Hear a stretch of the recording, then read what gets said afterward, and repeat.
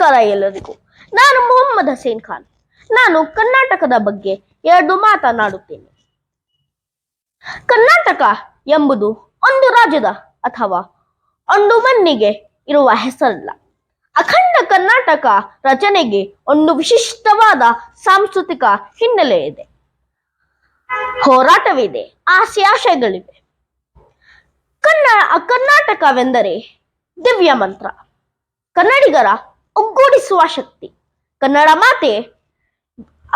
ಮಾತೆ ಎದುರು ಬಿದ್ದವರಿಗೆ ದೇವಿ, ಅವಳು ಸಿಡಿಲು, ಅವಳು ಬೆಂಕಿ. ಆಕೆಗೆ ಕಾಯುವ ಹಾಗೂ ಕೊಲ್ಲುವ 2 ಶಕ್ತಿವಿದೆ. ಕೆಟ್ಟ ಶಕ್ತಿಯನ್ನು ನಾಶಕ್ಕೆ ಬಲ ನೀಡುವ ಸ್ಫೂರ್ತಿಯವಳು.